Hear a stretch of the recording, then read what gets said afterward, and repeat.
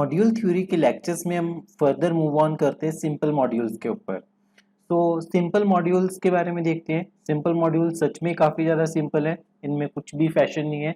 तो सबसे पहले मॉड्यूल थ्योरी में अगर हम बात करें हमने करना क्या क्या है, सिंपल मॉड्यूल, सेमी सिंपल और free modules.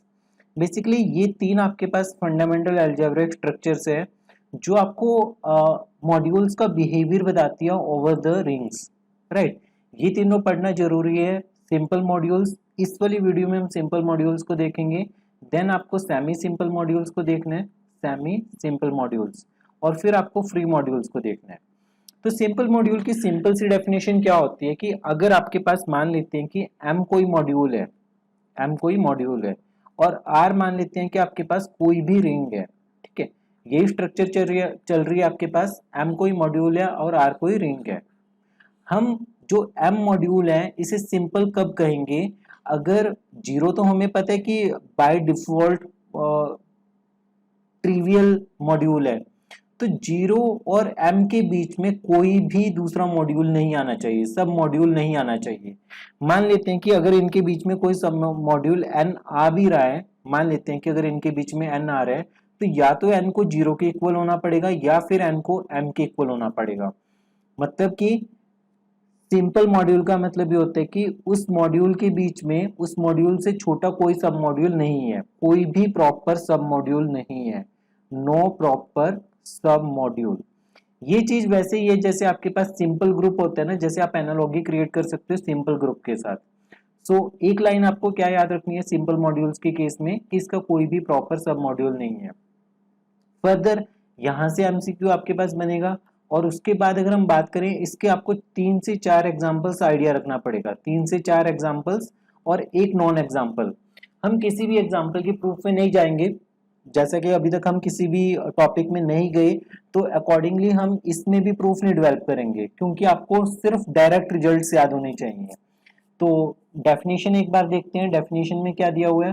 A module M is simple if it's only submodule are zero and M itself. अगर इसके सब मॉड्यूल सिर्फ दो हैं, जीरो और एम।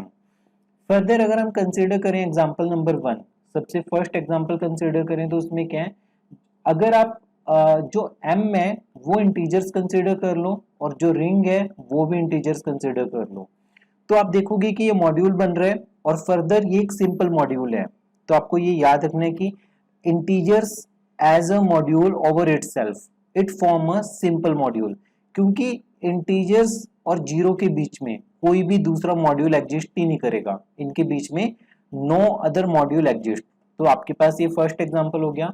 अगर हम सेकंड एग्जांपल की बात करें, एग्जांपल नंबर 2, तो कोई भी फील्ड है, ठीक है, कोई भी फील्ड है ओवर इटसेल्फ, फील्ड एम ले लिया हमने, रिंग भी हमने फील्ड एफ ही कंसीडर कर ली, तो कोई भी field is a module over itself. Moreover ये आपके पास क्या बन जाएगा, सिंपल मॉड्यूल। तो सेकंड एग्जांपल आपको याद रखना है कि फील्ड ओवर इटसेल्फ एक सिंपल मॉड्यूल होगी।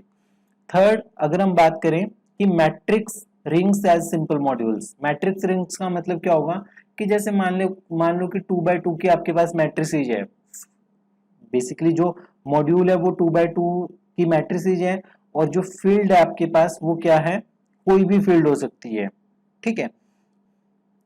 मॉड्यूल आपके पास क्या है, 2x2 की मैट्रिसेज ओवर फील्ड एफ, ठीक है, ये मॉड्यूल है आपके पास।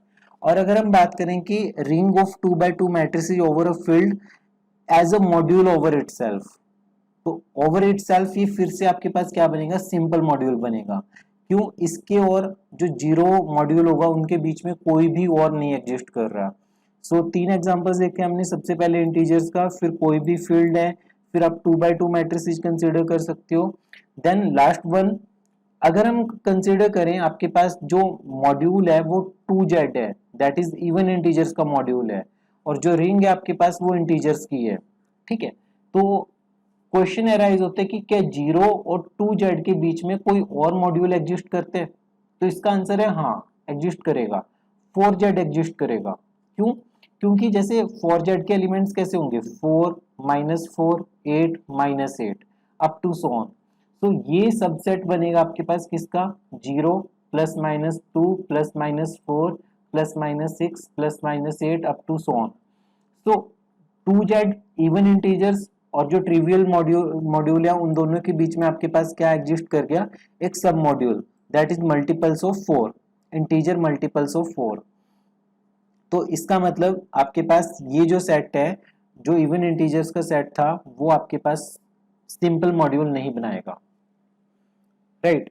तो finally exam point of view से आपको क्या याद रखना है, एग्जाम पॉइंट ऑफ व्यू से ये इंपॉर्टेंट टॉपिक है, आपको क्या याद रखना है, नंबर 1 डेफिनेशन बिल्कुल क्लियर होनी चाहिए आपको। डेफिनेशन सिंपल वर्ड्स में यही है कि मॉड्यूल का कोई भी प्रॉपर सब मॉड्यूल एग्जिस्ट नहीं करता, नो प्रॉपर सब मॉड्यूल।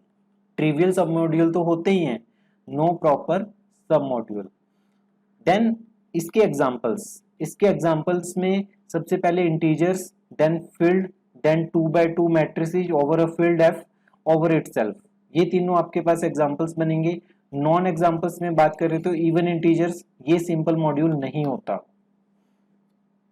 करते रहिए एचपीएससी असिस्टेंट प्रोफेसर एग्जाम के लिए प्रिपरेशन अभ्यासकुल क्लासेज के साथ। अगर आपको कोई भी प्रॉब्लम हो रही है तो आप कांटेक्ट कर सकते हो इस नंबर पर 7009937180। फर्दर अगर आपको कोई भी गाइडेंस चाहिए, मेंटरशिप चाहिए एग्जाम क्लियर करने के लिए, आप कांटेक्ट कर सकते हो